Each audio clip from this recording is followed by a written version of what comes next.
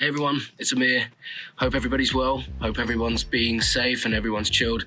I'm here basically to do a little throwback and talk about basically the journey on the way up to, from the beginning with Save Me, all the way up to Got It For You. So all I ever need was written, actually. Got It For You has just recently come out, but it was written in the same sessions as that, and it made the first album. And I'm not really totally sure why we left Got It For You out, but I think at the time, all I ever need was so much more fitting, I think, and I preferred the feel of it and the sentiment of the song. I mean, the sentiment of the song is similar to Got It For You, I suppose, but, you know, when you write songs about the same person, when you write two songs about the same person, it's going to be like that, so. It's just been a crazy process in general.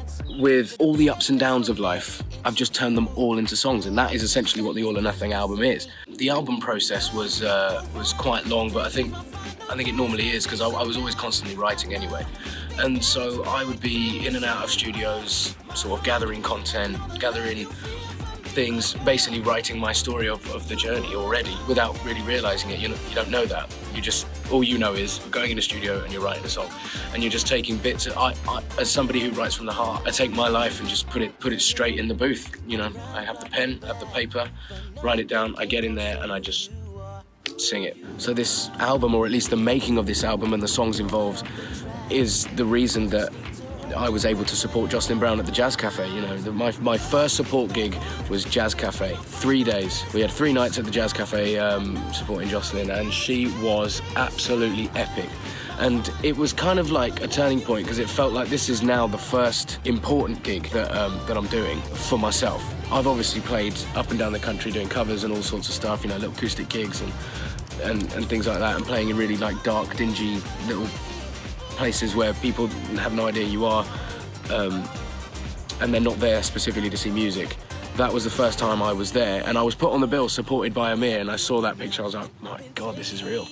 So, you know, my album has led to that, and that then led to supporting the Jacksons on at the Edinburgh festival. I think it was called Scott Fest, and then all these little things all led to my touring. And you know, touring is, in terms of one-off gigs, they're great, but touring is the best. And my first support tour was for Sam Harvey, and she is incredibly talented, really cool, super lovely, and just like the entire tour was just wicked.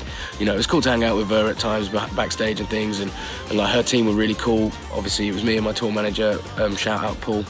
But yeah, Sam Harvey was the first person I had a support tour with, and that was really, really cool. And I think that, you know, performing for me is the bit that's the second nature part. I go through all the stuff that I have to go through in order to actually get on that stage.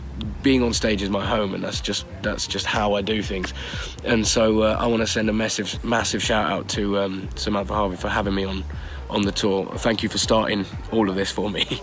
I really appreciate it. I still get chills when I think about it, because of just how prestigious Glastonbury really is. So an album's out. So yeah, we've got the singles. I've got the tours under my belt. Great. The album comes out.